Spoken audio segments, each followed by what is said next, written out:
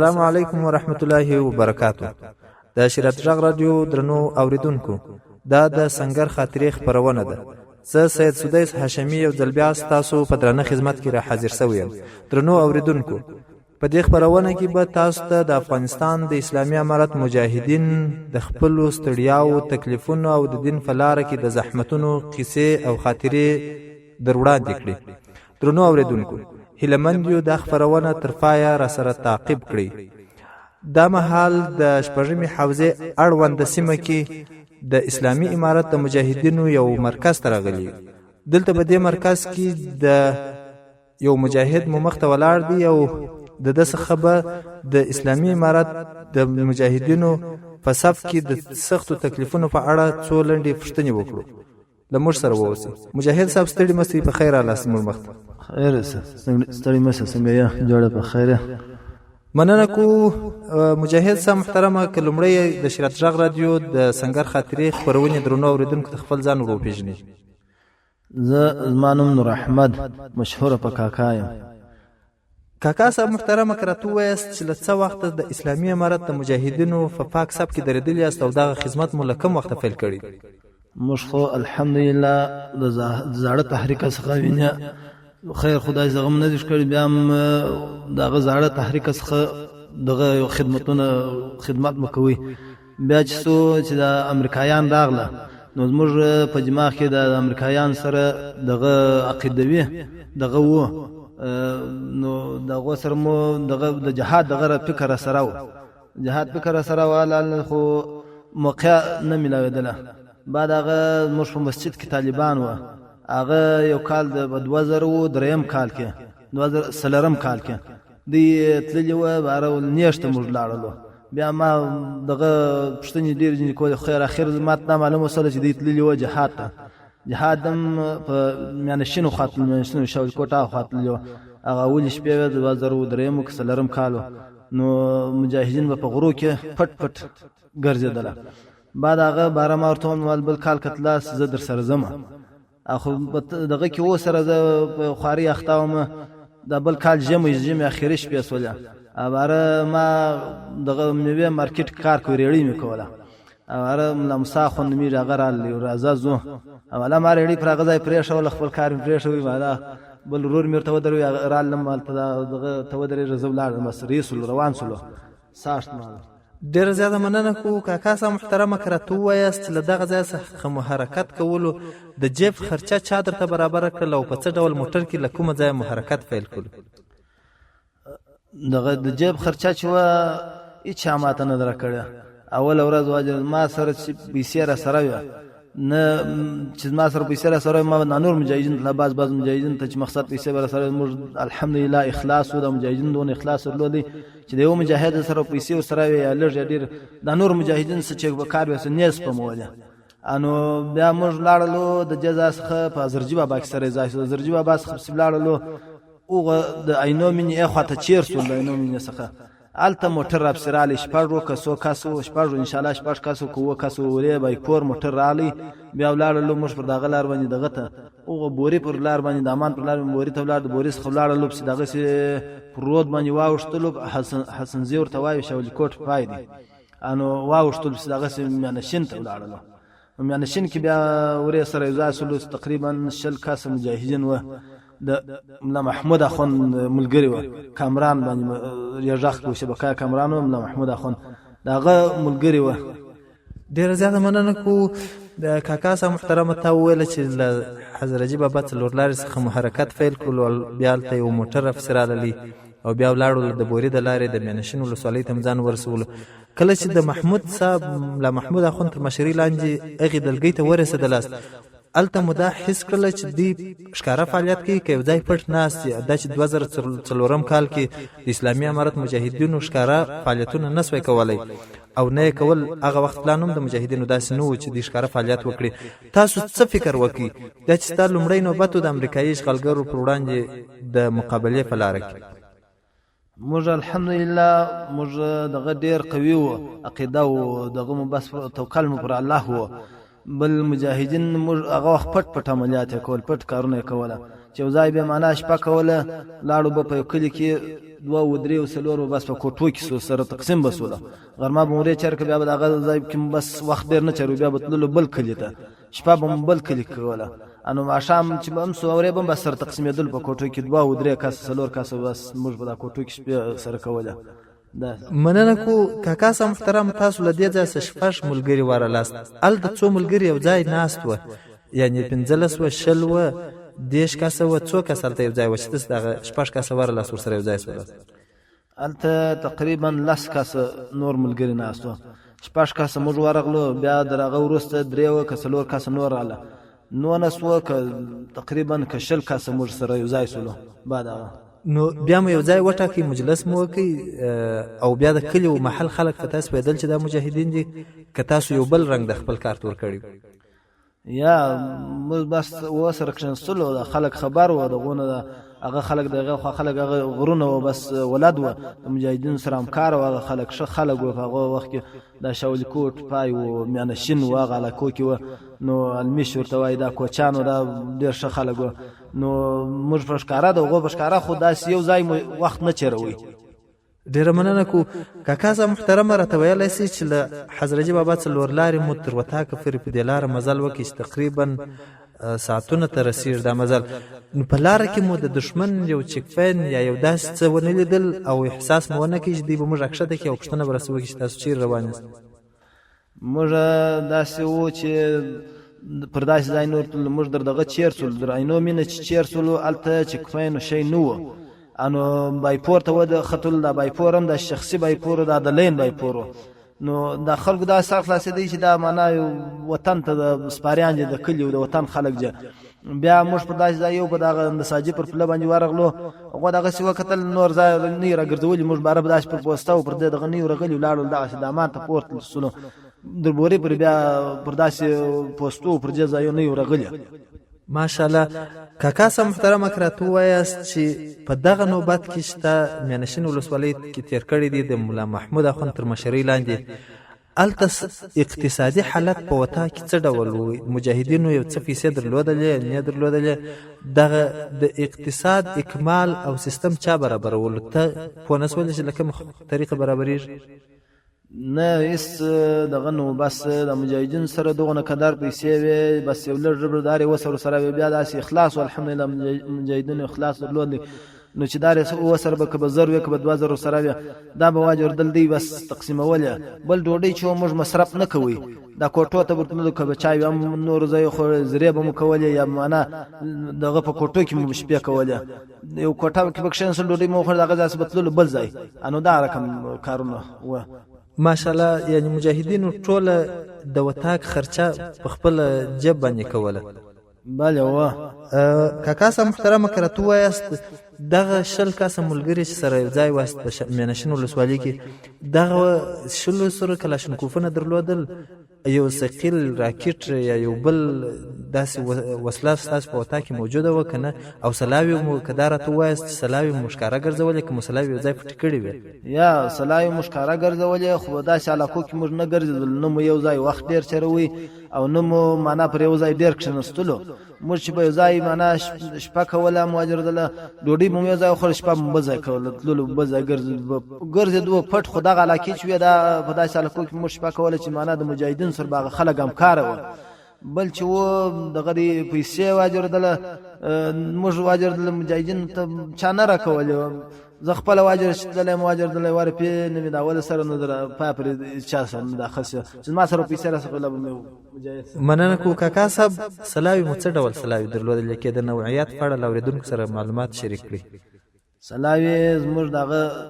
زړې سلاوي وه، 2 دانې سکیلان موږ سره وه، 2 دانې راکټان وه، هغه زاړه د شورویانو د وختو یا د زاړه تحریک د شپو سلاوي د مجاهدینو پټې کړي په خاورو کې، بیا راوکښلې کاږه پکوي. هغه زاړه ماشینان و کلاشینکوفونه او داسې ماشینان را سره وه، هغه دغه رقم چې 2 دانې مرمۍ به خوړې، دا ماشینان هم زموږ سره داسې سلاوي را سره وې. او مرمۍ 2 شاجوره 3 شاجوره بالا مرمۍ زموږ سره نه وې را سره. نو په دغه موږ کار کوي. هلته مو په وطاق کې وضعیت څه ډول تر خپل مابینځ د همغږۍ په باره کې ووایم؟ مثال محبت مو د انډیوالانو په مابینځ کې څنګه و؟ ګزاره مو څه ډول کول، د جماعت مونځ په دې سفر کې چې تاسو د جهاد په نیت باندې پیل کړی وو پکښې روانه عبادت مو څه ډول، ختم مو کوئ نه مو کوئ؟ الحمدلله مجاهدین په مابینځ کې ډېر ښه اتفاق و او ډېر محبت نه مجاهدینو یو د بل سره درلودلی او بل چې موږ جماعت منځونه مو ټوله په جماعت کوله چې هر جماعت مو وکړو. مثال د خبرې سهار جماعت چې به وسو وروسته به یاسین شریف یو قاري صاحب یو حفظ صاحب وایه یاسین شریف ختم به مو کوي. د ماپښین جماعت چې به وسو هم دغسې یو سورت به وایه. د مازدیګر جماعت وروسته به هم معنا سورت نبع عما یتساءلون ویل کېدله. ماښام د جماعت وروسته سورت الواقعه او د ماخستن د لمانځه وروسته سورت الملک ویل کېدی. ډېره مننه کوو کاکا صاحب محترمه. که لومړي پوښتنو ته یې وار بیا ور وګرځېږو، دغه ځای که راته ووایه چې ستاسو په مسجد کې یو څو تنه مجاهدین یا طالبان اوسېدله د سبقه په شکل کې، تا څه ډول د دې حرکات حس کړله چې تا دا تحقیقات ځینې شروع کړله چې زه ستاسو سره جهاد ته ځم یا ستاسو سره نیژ ته ځم، ته د دې په حرکاتو پوه شولې؟ څه خبره وه چې تا دا پوښتنه ځینې وکړله؟ ولې دا پوښتنه کول؟ الحمدلله موږ به هر وخت دا فکر دا عقیده مو وه چې دا کفار سره جهاد فرض دی، فرض عین دی. نو موږ په دغه تعقیب پسې وو چې زه یو څوک پیدا کړم د یو چا سره معنا یو خواته ولاړ سم یو دغه پټې پټې حملې دا مو اورېدل په راجوګانو کې چې مجاهدینو به حملې کولې پر دا کفارو پر منافقینو باندې. نو به دغه بس تعقیب زه په دې پسې وم، بس دې سره بانډارونه کوله نو دغه مجلسونه مو کوله سره باره خو دې اخر بس دې دغه کړل چې دې به نیشت تللي ما پوښتنه جوړ کړم څنګه وو سهال څه کیسې وه. نو باره دې م راته ویل د حال بیا راته وایه جنګونه وه هغې خواته نه وه هلمند ته به تللی ان باره اخر دې مال راته وایه. ان باره داسې و لکه عادي ملګري دی یو کور خلک داسې حال مو سره وایه. نو در دغه وخته پورې دا دی الحمدلله.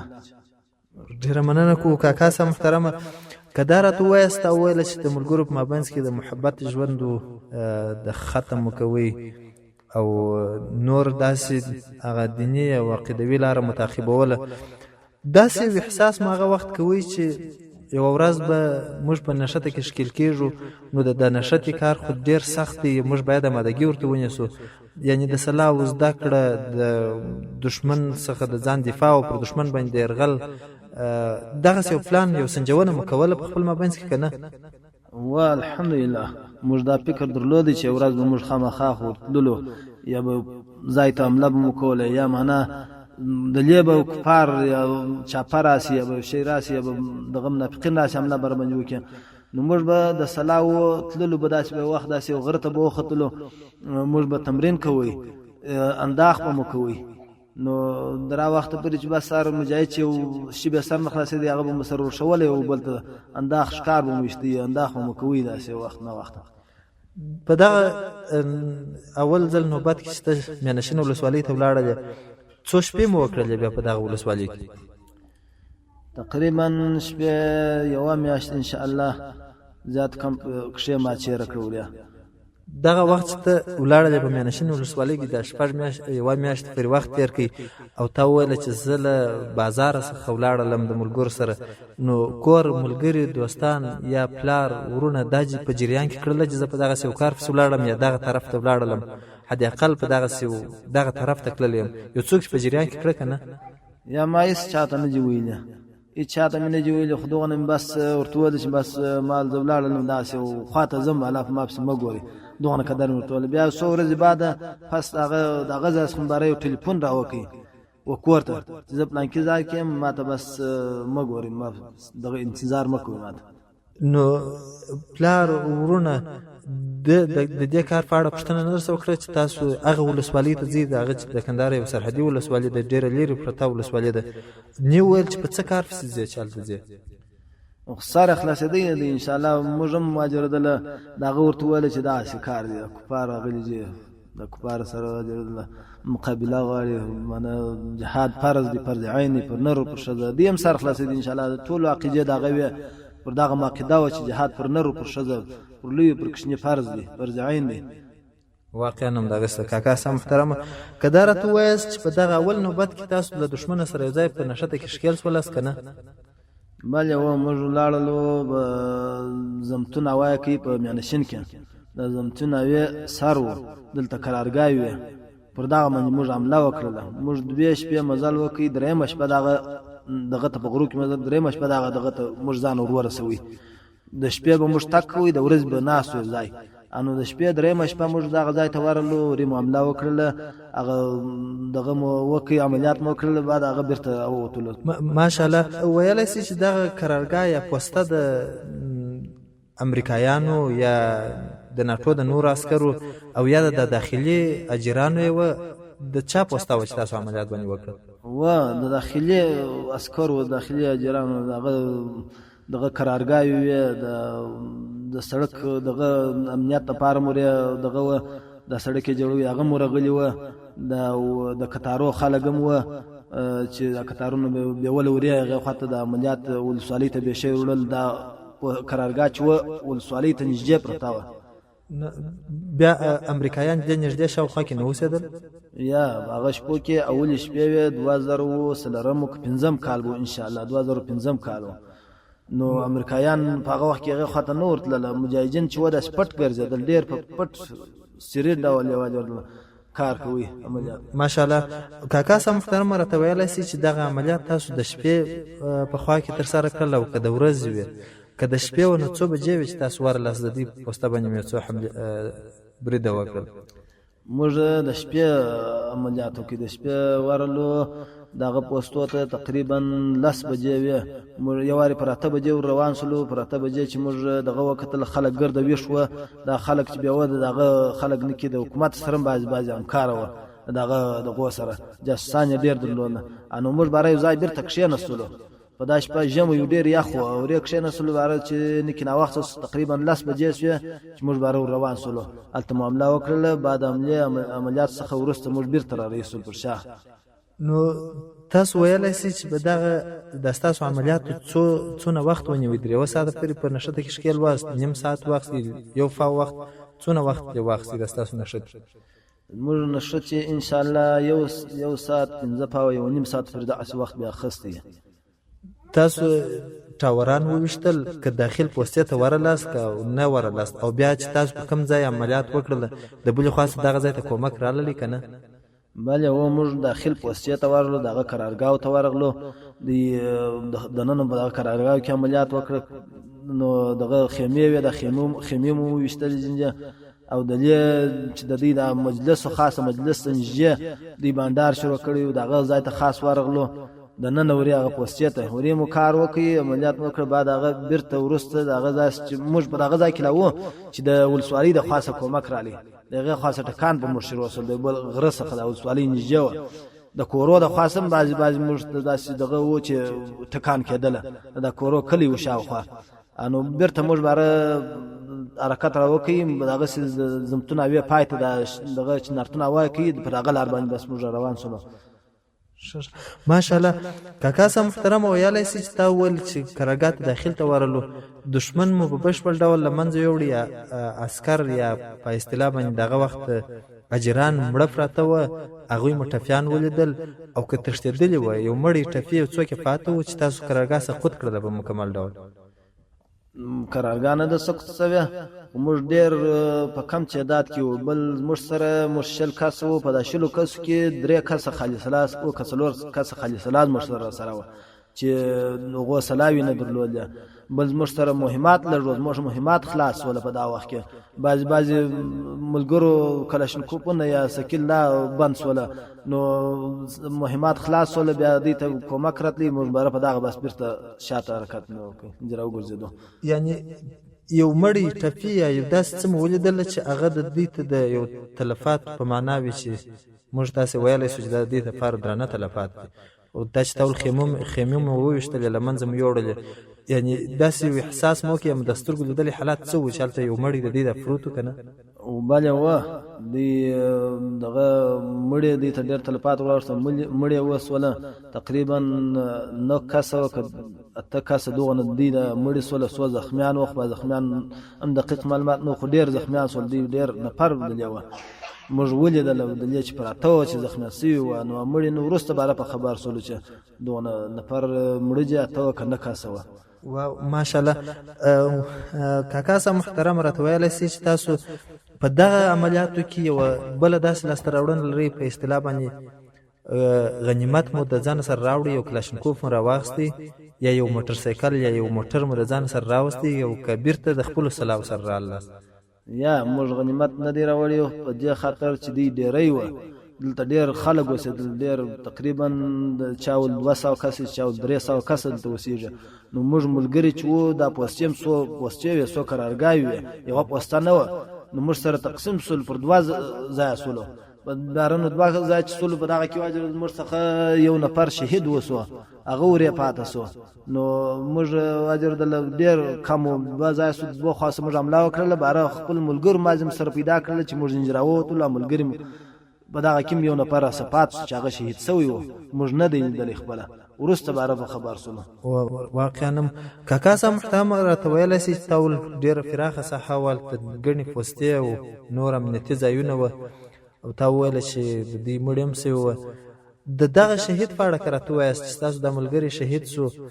نو دا د کوم ځای و؟ د دغه شهید په اړه معلومات راکولی سي؟ دا شهید انشاءالله دغه و، د ناصراج وو، انشاءالله د لښکرګاه د خوا د هلمند وو، ناصراج وو انشاءالله، قدرت الله نومیږي. نو هغه سره هغه داسې شهید سوی وو چې نفر یې ویشتلی وو، دا خوا څخه نور نفر ورته راغلي وو چې د کورو د خوا څخه د نورو پوستو د خوا څخه دا نفر د غږ پر کړی وو چې څوک یاست. هغه ورته ویل چې موږ پلانکی یم، ده ورته ویل چې راسئ. ده چې غږ پر کړی وو، ټک یې پر کړی وو، هغه 2 کسه یې ویشتلي وو، باره دی ورغلی وو سلار چې راسل د خلکو د قوله څخه. ده بیا یو نفر ځان اچولی وو، په هغو کې زخمي وو، هغه ویشتلی دی دا شهید، او د هلمند د ناصراج وو انشاءالله. واقعا کاکا صاحب محترم نور زخمیان ملګري مو په دغه عملیاتو کې درلودل که نه؟ یا الحمدلله بس دغه یو شهید، هغه موږ اول نه دی لیدلی، وروسته باره دغه سو، نور موږ ته تلفات نه دي راوښتي انشاءالله. نو تاسو بیا د دغه ځای څخه حرکت بیرته وکړلو، د خپل سنګر خوا د خپل اصلي مرکز خوا ته ولاړلاست. بیا په دې شپه کې مو د هغه د مزل د خپل مرکز پرې وکړئ که بیا یو ځای پټ سولاست، بیا د هغه ځای سهار ووتلاست بلې خوا؟ یا د هغه د شپه موږ بیا مزل وکړي، دغه زمتون هوا باندې بس را روان، د زمتون هوې سر و، نو د هغه سپره د زمتون هوې پای ته بس را روان سولو، راواوښتلو. اخر شاولي کوټ ساحه ده چنارتون هوا کې، د چنارتون هوې ته مو ځان ورسوي سهار ته، بیا مورې سهار به ځای کښېنستلو سایه مو وکړه. واقعا درنو اورېدونکو لنډه دمه لرو، بیا هم کاکا صاحب له موږ سره دی او تاسو ته به خپل د لومړنیو عملیاتو په اړه باندې خپلې خاطرې در وړاندې کړي. لنډه دمه لرو، بیا هم له موږ سره اوسئ. هم ښه راغلاست درنو اورېدونکو، له کاکا صاحب سره د ده د ژوند او د جهاد د عجیبه خاطرو په بهیر کې ځو د ده څخه نورې پوښتنې هم کوو. کاکا صاحب محترمه بیا هم ښه راغلاست. راته ویلی سي چې تاسو بیرته د شاولي کوټ ولسوالۍ ځینې سیمې چې تا یادې کړلې هغه سیمو ته ځان ورسوئ. هلته بیا تاسو داسې احساس نه کوئ چې دښمن به موږ تعقیب کړي او دلته به راپسې راسي یا به زموږ په وړاندې لوی عملیات وکړي؟ یا الحمدلله بس د مجاهدینو دغه چې ډېر قوي و، مرال ډېر قوي و، او هغه علاقه چې بیا هم د مجاهدینو در تصرف لاندې وه. خو یو وخت به داسې چې امریکایان به راله، دوی بیا له امریکایانو بیا نه سوی هغه ځایو ته راتللی. دا د شاولي کوټ چنارتو چې وه دا اکثر مجاهدین وه، نو هغه علاقو ته نه سوی راتللی بغیر له امریکایانو. امریکایان چې به ورسره وه نو تیارې به ورسره وې، ټانګان به ورسره وه، بیا دوی ورسره راتلله، بغیر له دغه دوی نه سوی راتللی. واقعا کاکا صاحب محترمه تا راته وویله چې په لومړنیو عملیاتو کې مې ګډون وکړلو او د سترګو لیدلي حالات مې زما دپاره یوه عجیبه خاطره ده. واقعا کاکا صاحب محترمه راته ویلی سي چې تاسو په دغه عملیاتو کې له کومې وسلې څخه استفاده کول، له سکیله څخه، راکټه څخه، کلاشینکوف څخه یا توپنچې څخه؟ او تا دا هم راته ویله چې زموږ سره داسې ملګري هم راسره وه چې هغه خالي سلاح وه، د سلاح د نه شتون له امله. ویلی سي چې له کومې سلاح څخه مو استفاده کول، او که ته په هغو ملګرو کې وې چې خالي سلاح وې؟ یا ما سره کلاشینکوف را سره و، ما د کلاشینکوف څخه استفاده کوله. تا وویله چې مرمۍ مو هم کمې وې، یعنې ستا مرمۍ په دې عملیاتو کې خلاص شولې که لا وې چې ته خپل مرکز ته وګرځېدلې؟ بله زما مرمۍ خلاص شولې، 2 دانې که 3 دانې په دغه کې پاته وې، نورې خلاص شوله. واقعا کاکا صاحب محترمه راته ویلی سي چې تاسو په دغه سیمه کې پټه ګزاره کول، د دښمن د اکمالاتو لارې متعقبولې، او هغه وخت مو دا سنجولې وه چې له مینه څخه هم استفاده باید وسي او دښمن له منځه ولاړ سي یا تحرکات سقوط سي. د مین په اړه باندې مو دغه د جوړښت په اړه دغه د ښخېدلو په اړه یو فکر لرلو او یو چا په دا وطاق کې داسې یو مجلس نه کوي چې د مینو څخه به کار واخلي؟ بله و د مینو په اړه مینو خپل داسې ملګري و چې هغه د مینو څخه کار اخیستی، هغه به جلا خلک و جلا دغه یې درلودله، نو مینو څخه کار اخیستی. او بل چې و دغه لوی لار ته مجاهدین یې وخت وتلی او حمله به یې وکړله. هلته مجاهدین ډېر قوي نه وه، کمزوري وه، نو حمله به یې وکړه، لوی لار ته به ووتله، بېرته به راتلله داسې خونجي ځای ته به یې ځان رسوي او غره مره ته. تا هم په خپله دا مینونه ولیدل په خپلو سترګو چې په لومړي وختونو کې جوړېدل، که چې نه دي لیدلي او که چې لیدلي وي تا برخه پکښې اخیستې ده په جوړېدو کې که نه؟ نه، ما په لومړي دغه کې نه برخه پکښې اخیستله او نه مې هم په هغو شپو کې ورې لیدلي مې نه دي. وروسته بیا نو په نور ځای کې بیا او وروسته د مینونو جوړېدل زیات شول. کاکا صاحب محترمه، که راته ووایاست چې تاسو په دغه یوه میاشت کې یو بل ځای بیا عملیات وکړل، که بیا 3 میاشتې پورې مو د خپل کار ته سقوط ورکړی و او دښمن متعقبوي؟ یا بل ځای موږ عملیات نه دي کړي، یوه میاشت بعد انشاءالله ولسوالۍ باندې عملیات وسوله، د میانشین په ولسوالۍ باندې. بیا هلته مجاهدین ډېری وه، تقریبا 50-60 کاسه داسې وه، 40 کاسه. په هغو کې مجاهدین شهیدان وسول، 7 کاسه شهیدان سوله. تا وویل کاکا صاحب محترمه چې بیا لوی عملیات مجاهدینو د میانشین ولسوالۍ پر مرکز وکړل. په دغه وخت چې ستاسو دلګۍ و او د دلګۍ مشرتوب د ملا محمود اخوند په نوم د یو کس په غاړه و، نورې دلګۍ شاوخوا نږدې وې، تاسو رابطه ورسره کول که نه؟ تاسو په دې فایده چې نورې دلګۍ به هم وي؟ بله و د نقیب اخوند په تور نقیب باندې مشهوره دی، د هغو دلګۍ وه په هغه دغه شپو کې هغه بندي و، خو ملګري وه. دغه شیخ مولوي عبدالحکیم صاحب دی ملګري وه، نجم الله شهزاده اخوند ملګري هغې خواته وه، دی خپله په دغه وخت شهید سوی و، ملګري وه.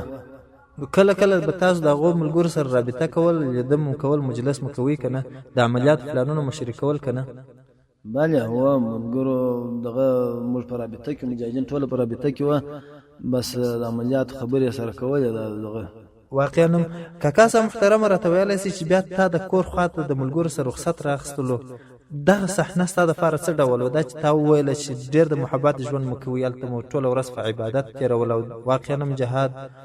لله فی الله مکمل عبادت دی او د عبادت ډېر خوندونه وي. تا څه ډول احساس کوي؟ زړه دې غوښتل چې کور ته راسې که دې زړه غوښته چې نور شپې هم وکړې یا وخت تېر؟ یا زما زړه هلته ورور مې ټلیفون راته وکړ، ول راسه، نو مور دې مریضه ډېره ټینګه مریضه ده، نو په دې خاطر زه رالم، که نه زړه زما نه راغوښتي کور ته. ما د ملګرو سره ډېر بس سات چیر و او د جهاد مې نور هم زړه غوښتي چې نور هم پاته سم، میاشت 2 میاشتې نور یې چیرې کړمه. واقعا هم کاکا صاحب محترمه، که ووایاست چې را رخصتېدلاست ټوله ملګري دې په جریان کې کړل او که دې یوازې مشر ته وویله چې زه ځم په کور کې راته مشکل پېښ شوی دی، نو بیا چې حرکت له څه کوم ځای څخه پیل کړي؟ که دا راته ووایاست. بله هو ما ملګرو ته د ټولو ملګرو سره مې رخصتي واخیستله او ملګرو ته مې وویله،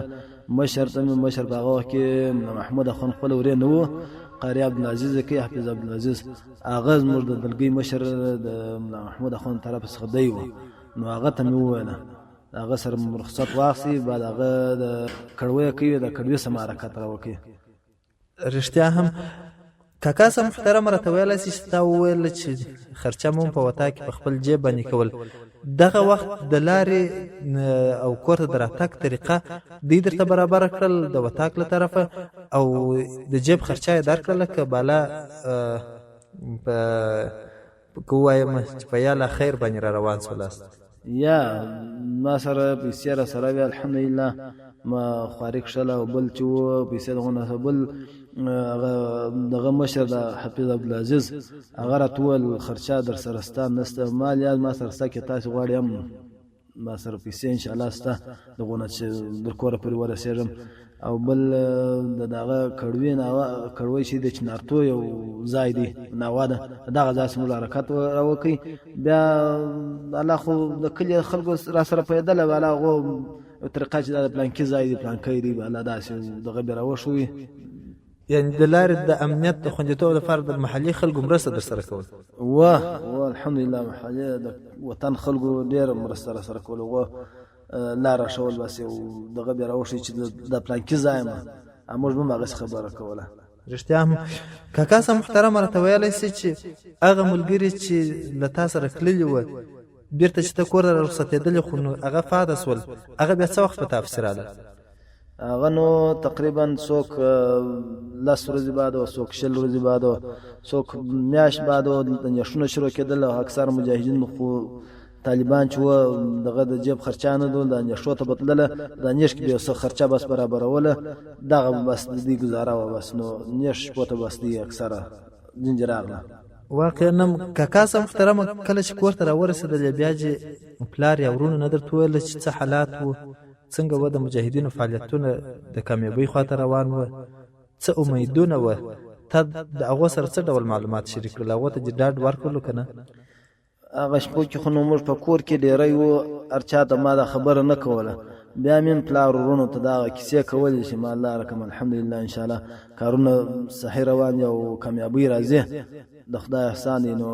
مور د ورونو به مې پوښتنې راسره کول د هغو ته مې ویلم داسې کارونه ده خپل دغه کیسې به مې ورته کولې داسې د جهاد دغه باره کې د هغو د عقیدې پر دغه چې د هغو هم داسې یو عقیده و دغه ټینګه سي دي هم دغه اوسي جهاد ته ولاړ شي. رښتیا هم کاکا صاحب محترم راته ویلی سي چې تاسو بیا دلته خپلې خوارۍ ته دوام ورکړلو د دوهم ځل بیا د مجاهدینو صف ته ورتګ تصمیم مو څه ډول ونیوی او څونه وخت د دوهم وارې دپاره تېر شو؟ موږ د دې ما خوارۍ چې رالم بارم بېرته خپلې خوارۍ ته دوام ورکوي. خوارۍ مې کښله په مارکېټ کې مې کار کوي د میوې په مارکېټ کې نو بعد هغه چې مجاهدین دغه ته ژړۍ و پنجوایي ته راشوا سوله تلکان و زنګاوات و پاشمول دغه علاقو ته سنګسار ته راشوا سوله یو څو عمر بعد زه بیا ولاړلم دغه ته نلغام ته بیا ورې بیا نو ملا ګل اغا خون سره بس برخه واصل په دغه کې دغه سره سولموري می تقریبا یو میاشت و نیمه میاشت بیا ورې چیرکه. کاکا صاحب محترم راته ویلی سي چې دوهم ځل نلغام چې د ژړۍ ولسوالۍ اړونده سیمه ده تا وویل چې دغه سیمې ته د نوبت لپاره ولاړلم او د مجاهدینو فعالیتونه دغه مهال په ډېر شور او زور سره روان وه تاسو بیا هماغه زړو ملګرو ته ورلس هغه دلته راغلي وه او که دا بیا نوي ملګري وه چې تاسو ورلس؟ یا موږ چې ورلو نوي ملګري وه د ملا ګل اغا خان په نامه و هغه سره سو خلیل باندې غږ کوه دغه ملا ګل اغا خان سره نور نوي ملګري و دغه سره زونه. کاکا صاحب محترمه که راته ووایاست دا ځل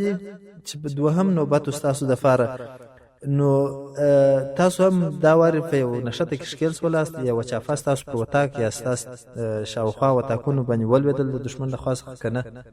یا الحمدلله په دا دوهم ګشت کې موږ باندې نه چاپه وال سوې ده او نه او په نښته کې یو وارې موږ پورته سول دغه ته وختلو دمبر ته وختلو ورې مو عملیات وکړل دغه کمین مو ونیوی خو دغه را نغلله دشمن نه راغلی بیرته قطار موټران ته امریکایان ته نه راغله بیرته را تاسولو تقریبا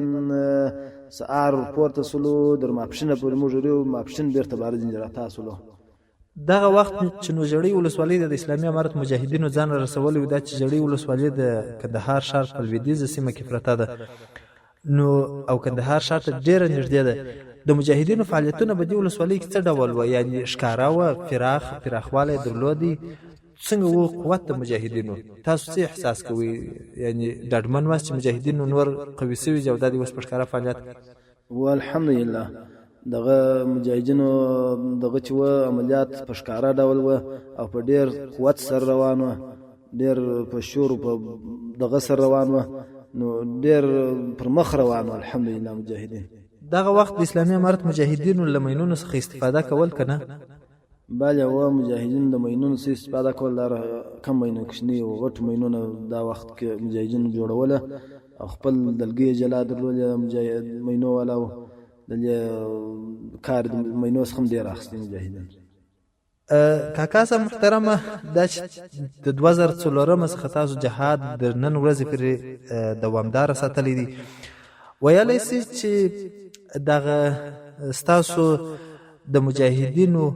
دغه مورال بل در کومه فرجګیږي د تاسو جهاد به در څه وخت پر دوام لري او د جهاد فکر به د اسلامي امارت د مجاهدینو په منځ کې او په افغانستان کې در څه وخت ژوندۍ وي تاسو دغه په اړه څه وایاست تاسو نظر څه دی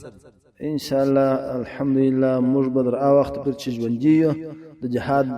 فکر به مو ان شاء الله په فضل سره د الله جهاد خو چې مسلمان یې مؤمن یې د عقیده به د هر مؤمن هر مسلمان لري جهاد فرض عین دی پر نر او پر ښځه فرض عین دی چې د کفارو منافقینو په مقابل کې به جهاد کوي او زموږ اولادونه به کوي بعد هغه زموږ لمسیان کړدسیان در ورځ در قیامت به ان شاء الله جهاد به روان وي ماشاءالله تاسو د کورنۍ نور غړو ته یا زامنو ته ورارګانو ته یا عام ولسی وګړو ته دعوت ورکوي چې راسي د مجاهدینو صف ته دا صف قوي وساتي بله ولنو هر قریب هر دوست بچانو ته مداغه توصیه ده او اولادو ته نورو قریبان ته هر مسلمان ته دا توصیه ده چې جهاد وکړي او د مجاهدین سره به کومک کوي د مجاهدین په سپو کې به درېږي ډیره زیاته مننه کو کاکا صاحب محترم راته ویلی سئ چې تاسو بندي سوي یاست که نه بله بندي سوی یم که دا راته ووایاست له کوم طرفه ونیول سولاست د دشمن لخوا یعنې دشمن داخلي و که بهرنی دشمن و چې تاسو یې ونیولاست چیرې ونیولاست چاپه و پر تاسو باندې په بازار کې ونیولاست څه رقم خبره وه بله اول ګشت و چاپه موږ کور ته راغله امریکایان راغله داخلیان هم ورسره امریکایان هم راغله موږ کور یې میسره کوي بیا کور ته راواوښتل یو دم کور څه وخت د شپې راله ستاسو کور ته ورځ وه ته په کور کې بیده وې ویښ وې ناست وې څه رقم حالات و چا خبر درکړي چې هغه د خارجان راله په اصطلاح باندې یا داخلي اجران یې راله یا غرمه وه تقریبا 2 بجې داسې ټیم و یا 1:30 بجې داسې ټیم و چې موږ لمونځ وکړو لمانځه سره ډوډۍ مو خوړل داسې ناست وم د خونې په دروازه کې راډیو مې چالانه کړې وه بعد هغه یو دغه ورېندار غیر ناره کړل امریکایان نو دم چې ومو کتل امریکایان په بامه هم راپورت شول دروازې د خاصم راله نو موږ ناست غرمه وه 2 بجې تقریبا یا په کم 2 یا 1:30 بجې داسې ټیم و چې امریکایان راله کله چې امریکایان سرای ته داخل ته درله او پر سرای پر دیوالونو هم در پورته سول بام ته هم وختل تا د دغه سرای څخه د وتلو هڅه نه وکړل او امریکایانو ستا به حرکات یو غبرګون ونه ښودی کله چې امریکایان داخل شو ما چې دوري وکتله چې زه راوغورځېدل راولاړ شم چې ما یو هڅه کول یو خواته ځغستا امریکایان بالا ونیولم بله دغه راباندې راورسېدل وینیولم انو بالا لاسونه در شا راواړول بوتلم هلته یو جواله ته ودرولم نو دلته بیا امریکایانو ستاسو په کور کې تلاشي وکړل او له تا څخه یو تحقیق نه وکړي پوښتنه نه وکړله چې موږ د دغه دپاره راغلي او ته داسې یو د دې په اصطلاح باندې د خارجانو یا د کفارو په اصطلاح باندې چې تاسو یو مجرم یاست موږ وړاندې هېڅ یو خبره یې ستاسو سره نه وکړه موږ سره نه زما سره خبره نه ده کړې خو دوی په خونو کې ننوتل په خونو کې تلاشي کولې ښځې یوې خونې ته کړلې بعد هغه ځلې زما ورور به په بله خونه کې و هغه یې راویستې انو هغه هم راویستې هغه ښځې ګرده یوې خونې سولې نو زموږ په کور کې پر بام باندې بله خانه و په خونو کې ګور د خونو کې تلاشي وکړلې د ښځو کالي د ښځو کالي چې بیا راباشل دغه داخلیانو زه داسې یو کلکین ته ولاړم هر مې غږ ور وکړ مال ته مسلمان یم مقصد دا ښځو کې موږ سلای په ښځو په کالو کې د بکسو کالي و شان یې راباشله باره ما دا ورته وویله رښتیا هم کاکا صاحب محترمه تا وویله چې دوی د زنانو جامې رافاشلې داخلي اجرانو یې نو دغه وخت دوی په کور کې در تلاشي پر یعنې څونه وخت تلاشي وکړه 1 ساعت نیم ساعت پورې دوی خبرې وکړلې څه یې کوله په کور کې چې دوی اخته وه دوی تقریبا 2 ساعته 2.5 ساعته در مازدیګر در اذانو پورې دوی دلې ګرځېدله تلاشي یې په کور کې کولې چې څه کوله خو دغه داخلي عسکر چې وه په هره خونه ننوتله کالي یې راپاشله او د ښځو کالي وه که د کوچنیانو دا وه د هر شی بیا راپاشله خونې دوی بیا ګرځېدل خونو کې هغه شیان ګرځوله خونو کې غارونه کښله نو تقریبا در مازدیګره پورې 2 ساعته 2.5 ساعته وخت تېر شو چې دوی د تلاشي کولې بعد هغه نو باره بیا موږ راویستو مازدیګر و کله چې تاسو دوی حرکت کولو ستاسو له کوره څخه تا ته یې وویله خارجانو درته وویله که داخلي اجرانو یې وویله چې راځه ځو یو ځای ته د تحقیق مرکز ته ځو نو تا پر پښو حرکت ورسره وکړي یو موټر ته یې واچولې څه ډول هغه حالت څه ډول اول سره خو زما پلار ورته ویل چې شي دي ولدی بس بیا یو بیرته موږ څه پوښتنې ځینې کوو زما پلار ته ویل زما سپین ږیری پلار و هغه ته وویله انو پر پښو یې راوایستلو بالا نور نه جرته ویل چې د ځای چیرې م بیا خو موږ سترګې راوتړلې لاسونه یې در شا راوتړله بالا پر پښو باندې روان کړلو ټانګان بیا زموږ د کوره څخه یو څه لرې ولاړ وه تقریبا داسې یو شپږ اووه اته دقیقې لس دقیقې د پښو مزل وه داسې لرې ولاړ وه نو بیا موږ ورې ورسو بیا ټانګان ته پورته کړو زه مې زما بل ورور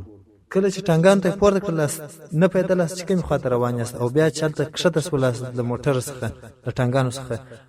دا مو حس نه کړه چې دا کوم ځای دی یا موږ ته ځای نه رامعلومېدی چې دا کوم ځای دی داسې نه رامعلومېدی چې دا اوس ملا صاحب سرای دی شرکت میوه ده خو وروسته داسې پوه شولو چې دا شرکت میوه ده نو ورې بوتلو نو کاکا صاحب محترمه که راته ووایاست چې تاسو شرکت میوې ته یې ورسولاست هلته بیا تحقیقاتو د دې وضعیت ستاسو سره د دې چلند څه ډول د دې چلند چې ډېر وحشي و دا خو کفار و داسې وحشت چې کوي چې موږ د تاثیر لاندې کې خو الحمدلله موږ سره ډېر قوي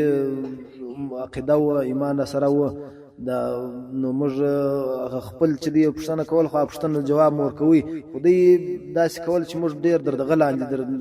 دغه لاندې راولي چې موږ په خپل دغه کې ورخطا کې خو بیا هم الحمدلله موږ هغه دوی چې خبره کول هغه جواب مو ورکوي بعد هغه چې موږ معنا پر موږ باندې ثبوت شیم نو بعد هغه هم بس موږ دغه کړلو خالي صرف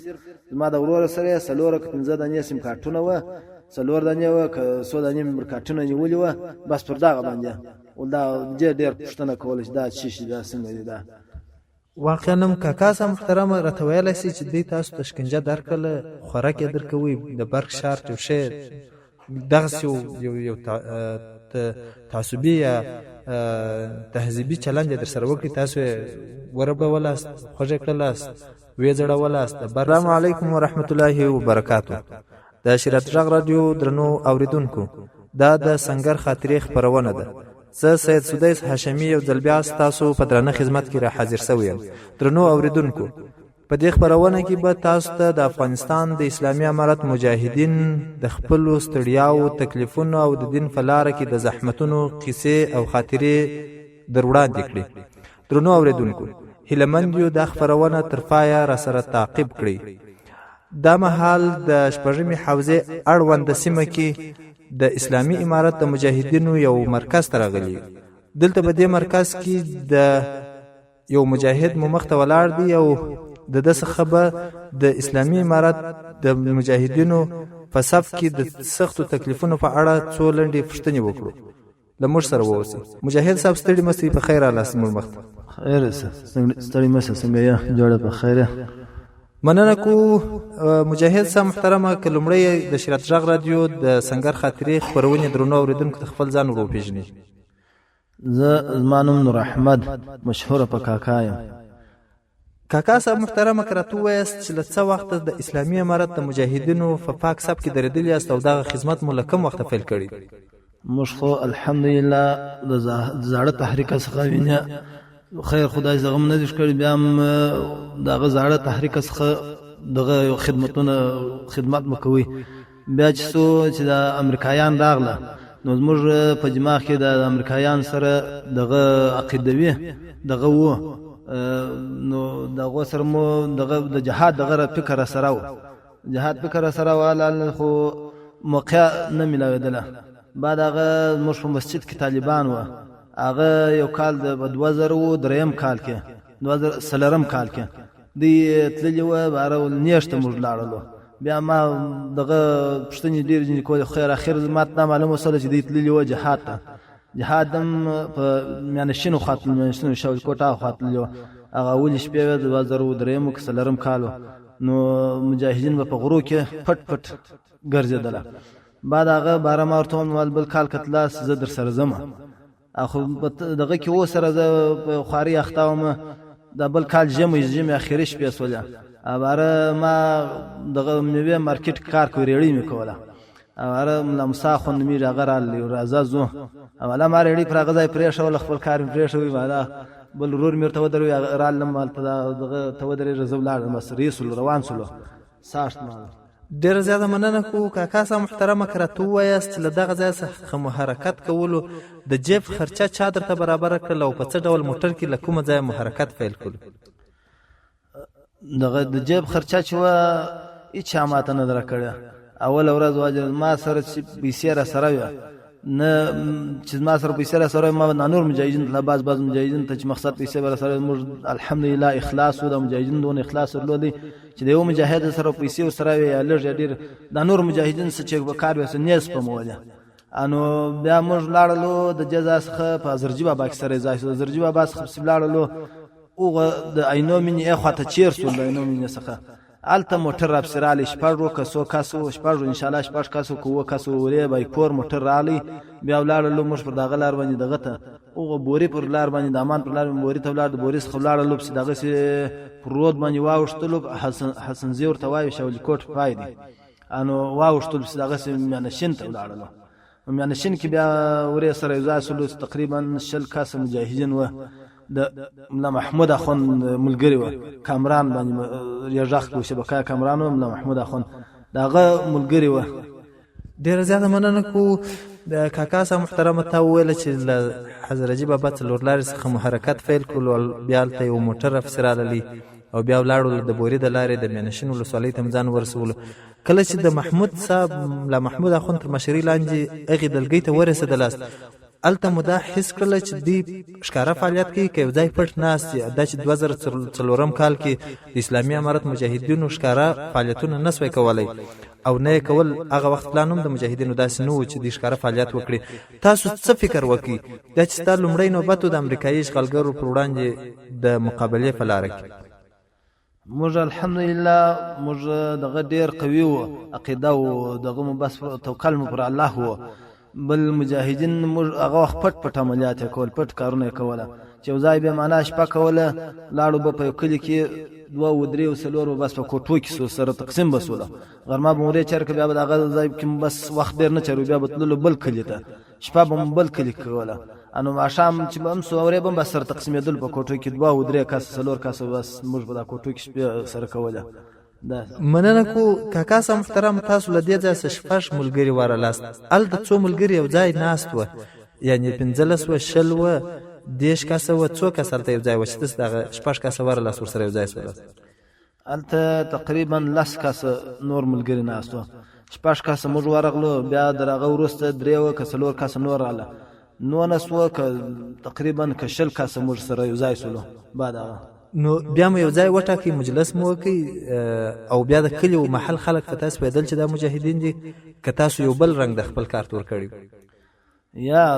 موږ بس وسره کښېنستلو د خلک خبر و دغونه هغه خلک دغه خو خلک هغه غرونه و بس ولد و د مجاهدینو سره همکار و هغه خلک ښه خلک و په هغه وخت کې دا شولي کوټ پای و میانشین و هغه علاقو کې و نو المیش ورته وایي دا کوچان و دا ډېر ښه خلک و. نو موږ په ښکاره د هغو په ښکاره خو داسې یو ځای وخت نه چېروئ. ډېره مننه کو کاکا صاحب محترمه راته ویلی سئ چې له حضرت بابا څلور لارې مو تر وطاقه پورې په دې لاره مزل وکړي چې تقریبا ساعتونه ته رسېږي دا مزل. نو په لاره کې مو د دښمن یو چیکپین یا یو داسې څه ونه لیدل او احساس مو ونه کړي چې دوی به موږ راکښته کړي او پوښتنه به راسې وکړي چې تاسو چېرې روان یاست؟ موږ داسې وو چې پر داسې ځای نور تللو موږ در دغه چیر سولو در عینو مینه چې چیر سولو هلته چیکپین شی نه و. انو بایپور ته ودختلو دا بایپور هم د شخصي بایپور دا د لین بایپور و. نو د خلکو دا سر خلاصېدی چې دا معنا وطن ته د سپاریان دي د کلي د وطن خلک دي. بیا موږ پر داسې ځای یو په دغه نساجي پر پله باندې ورغلو هغو دغسې وکتل نور ځای نه یې راګرځولي موږ باره به داسې پر پوسته و پر دغه نه یو راغلي ولاړو دغسې د امان ته پورته سولو در بورې پر بیا پر داسې پوستو پر دې ځایو نه یو راغلي. ماشاءالله کاکا صاحب محترمه که راته ووایاست چې په دغه نوبت کې ستا میانشین ولسوالۍ کې تېر کړی دی د ملا محمود اخوند تر مشرۍ لاندې هلته اقتصادي حالت په وطا کې څه ډول و؟ مجاهدینو یو څه پیسې درلودلې نه درلودلې؟ دغه د اقتصاد اکمال او سیستم چا برابرولو؟ ته پوه نه شولې چې له کومه طریقه برابرېږي؟ نه هېڅ دغه نو بس د مجاهدینو سره دغونه قدر پیسې وې بس یو لږ ربردارې وسره سره وې بیا داسې اخلاص و الحمدلله مجاهدینو اخلاص درلود نو چې دا رس او سره به کبه زر وي کبه 2000 سره دا به واجر دل دی بس تقسیمول بل ډوډۍ چې موږ مصرف نه کوي دا کوټو ته ورتلو کبه چای هم نور ځای خو زری به مو کولې یا معنا دغه په کوټو کې مو شپې کولې یو کوټه کې بکشن سره ډوډۍ مو خو دغه ځاس بتلو بل ځای انو دا رقم کارونه و ماشاءالله یعنی مجاهدینو ټول د وتاک خرچه په خپل جیب باندې کوله بله و کاکا صاحب محترمه کرته وایست دغه شل کاسه ملګری چې سره یو ځای وایست په مینشن ولسوالۍ کې دغه شلو سره کلاشینکوفونه درلودل یو ثقیل راکټ یا یو بل داسې وسله ستاسو په وطا کې موجوده و کنه او سلاوي مو کدارته وایست سلاوي مشکاره ګرځولې که مسلاوي ځای پټ کړی وي یا سلاوي مشکاره ګرځولې خو داسې علاقو کې موږ نه ګرځېدل نو مو یو ځای وخت ډیر چروي او نو مو معنا پر یو ځای ډیر کښنستلو موږ چې په یو ځای معنا شپه کوله مواجردله ډوډۍ مو یو ځای خو شپه مو بځای کوله تللو بځای ګرځېدو پټ خو دغه علاقې چې دا په داسې علاقو کې موږ شپه کوله چې معنا د مجاهدین سره باغ خلک هم کار و بل چې و دغه دی پیسې واجردله موږ واجردله مجاهدین ته چا نه راکولې زه خپل واجر شتلې مواجردله ور په نوې دا ول سره نظر پاپر چا سره نه داخله چې ما سره پیسې راسره مجاهد مننه کو کاکا صاحب سلاوي مو څه ډول سلاوي درلودل کې د نوعیت په اړه اوریدونکو سره معلومات شریک کړي سلاوي زموږ دغه زړې سلاوي دوه دنه سکلان مشترک سره و دوه دنه راکټان و هغه زاړه د شورویان د وختو یا د زاړه تحریک د شپو سلاوي د مجاهدینو پټکړي په خاور کې بیا راوښل کاګه پکوي هغه زاړه ماشينان و کلاشینکوفونه او داس ماشينان سره هغه دغه رقم چې و دنه مرمي به خوړې دا ماشينان هم زموږ سره دا سلاوي را سره او مرمي دوه شاجوره درې شاجوره بالا مرمي زموږ سره نه سره نو په دغه مشکار کوي التمو په وتا کې وضعیت څه ډول تر خپل مابینځ د همغږي په اړه کې وایم مثال محبت مو د انډوالان په مابینځ کې څنګه وو گزاره مو څه ډول کول د جماعت منځ په دې سفر کې چې تاسو د جهاد په نیت باندې فعال کړی وو پکښ روانه عبادت مو څه ډول ختم مو کوي نه مو کوي الحمدلله مجاهدین په مابینځ کې ډېر ښه اتفاق او ډېر محبت نه مجاهدین یو د بل سره درلودلی او بل چې موږ جماعت منځونه ټوله په جماعت کوله چې هر جماعت مو کوي مثال د خبرې سهار جماعت چې به وسو ورسته به یاسین شریف یو قاری صاحب یو حفیظ صاحب وایه یاسین شریف ختم به کوي د ماپښین جماعت چې به وسو هم دغه یو سورت به وایه د مازګر جماعت ورسته به معنا سورت نبأ عما يتساءلون ویل کېدله ماښام جماعت ورسته سورت الواقعه او د مخصم د المنزه ورسته سورت الملک ویل کېدی ډېر مننه کو کاکا صاحب محترمه کلمړي پښتون ته ور بیا وګرځېږو دغه ځای کراتو وایي چې تاسو په مسجد کې څو تنه مجاهدین یا طالبان اوسېدل د سبقه په شکل کې تا څه ډول د دې حرکات حس کړل چې تا د تحقیقات شروع کړل چې زه ستاسو سره جهاد ته ځم یا ستاسو سره نیشته ځم ته دې په حرکات اوس ولې څه خبره و چې تا د پښتنه جن وکړل ولې د پښتنه کول الحمدلله موږ به هر وخت دا فکر دا قدم و چې دا کفار سره جهاد فرض دی فرض عین دی نو موږ په دغه تعقیب پسیو چې زه یو څوک پیدا کم دی چا سره معنا یو خواته ولار سم دغه پټ عملیه دا ماورد پر جوګانو کې چې مجاهدین به عملیه کول پر دا کفار او پر منافقینو باندې نو په دغه بس تعقیب زب په دې پسیو بس دې سره باندارونه کوله انو دغه مجلسونه مکوله سره بار اخدي اخر بس دې دغه کله جدي ونیشتلو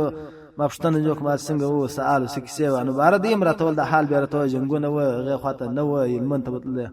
ان بار اخر دې مال راته وایه انو بار داسې لکه دې ملګری دی او کور خلک داسې حال مسره وایه نو در دغه وخت برداد الحمدلله ډیر مننه کو کاکا صاحب محترمه کدارت وایست اول چې د ملګرو په مابینځ کې د محبت ژوند د ختم کوي او نور داسې هغه دینی او عقیدوي لار متعقبوله داسې احساس ماغه وخت کوي چې یو ورځ به موږ په نشته کې شکل کېږو نو د نشته کار خو ډیر سخت دی موږ باید آمادګي ورته ونیسو یعنی د صلاح او زده کړه د دشمن څخه د ځان دفاع او پر دشمن باندې يرغل دغه یو پلان یو سنجونه مکوله په خپل مابینځ کې کنه والحمدلله موږ دا فکر درلود چې ورځ به موږ خامخا خورتلو یا به ځای ته عمله مکوله یا معنا د لیبه کفار یا چاپراسی یا شیراسی یا دغه منافقین راځي عمله بر باندې وکي نو موږ به د سلاو تللو به داسې به وخت داسې غره ته به وختلو موږ به تمرین کوئ انداخ به مو کوئ نو درا وخت پورې چې بس سر مجاهد چې شي به سر نه خلاصېدی هغه به مو سر ورشولی او بل ته انداخ ښکار به مو ویشتي انداخ به مو کوئ داسې وخت نه وخت په دغه اول ځل نوبت کې چې ته میانشین ولسوالۍ ته ولاړلې څو شپې مو وکړلې بیا په دغه ولسوالۍ کې تقریبا شپې یوه میاشت انشاءالله زیات کم کښې ما چیرې کړو بیا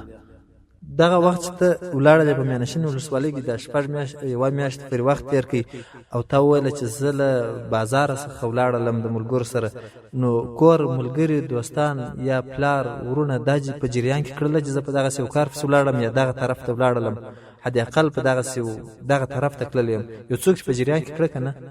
یا ما هېڅ چاته نه دي ویلي هېڅ چاته مې نه دي ویلي خو دغه نه مې بس ورته وویل چې بس ما زه ولاړلم داسې خوا ته ځم الله په ما پسې مه ګورې دغه قدر مې ورته ویل بیا څو ورځې بعده پس دغه ځای څخه مباره یو ټلیفون راوکړي و کور ته چې زه پلانکي ځای کې یم ما ته بس مه ګورې ما دغه انتظار مه کوئ ما ته نو پلار ورونه د دې کار په اړه پوښتنه نه درڅه وکړه چې تاسو هغه ولسوالۍ ته ځئ د هغه چې د کندهار یو سرحدي ولسوالۍ ده ډېره لرې پرته ولسوالۍ ده نه ویل چې په څه کار پسې ځې چې هلته ځې سره خلاصېدی نه دی انشاءالله موږ هم مهاجرېدله د هغه ورته وویله چې داسې کار دی د کفار راغلي چې د کفارو سره مقابله غواړي معنی جهاد فرض دی فرض عین دی پر نر پر ښځه دې هم سره خلاصېدي انشاءالله د ټولو عقیدې د هغه وې پر دغه عقیده وه چې جهاد پر نر پر ښځه پر لویو پر کوچني فرض دی فرض عین دی واقعا همدغسې کاکا صاحب محترمه که دا راته ووایاست چې په دغه اول نوبت کې تاسو له دښمنه سره یو ځای په نښته کې ښکېل شولاست که نه بله موږ ولاړلو به زمتون هوایه کوي په میانشین کې د زمتون هوې سر و دلته قرارګاه وې پر دغه باندې موږ حمله وکړله موږ دوې شپې مزل وکړي درېیمه شپه دغه ته په غرو کې مزل درېیمه شپه دغه ته موږ ځان ور ورسوي د شپې به موږ تګ کوئ د ورځې به ناست یو ځای انو د شپې درېیمه شپه موږ دغه ځای ته ورغلو ورې مو حمله وکړله هغه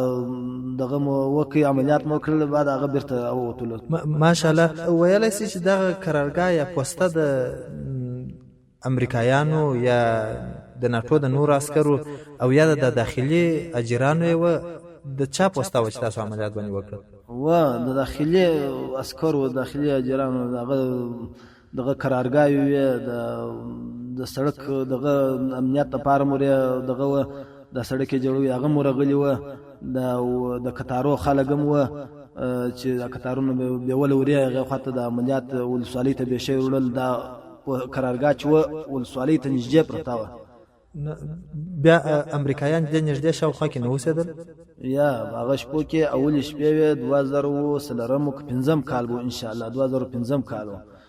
نو امریکایان په هغه وخت کې هغې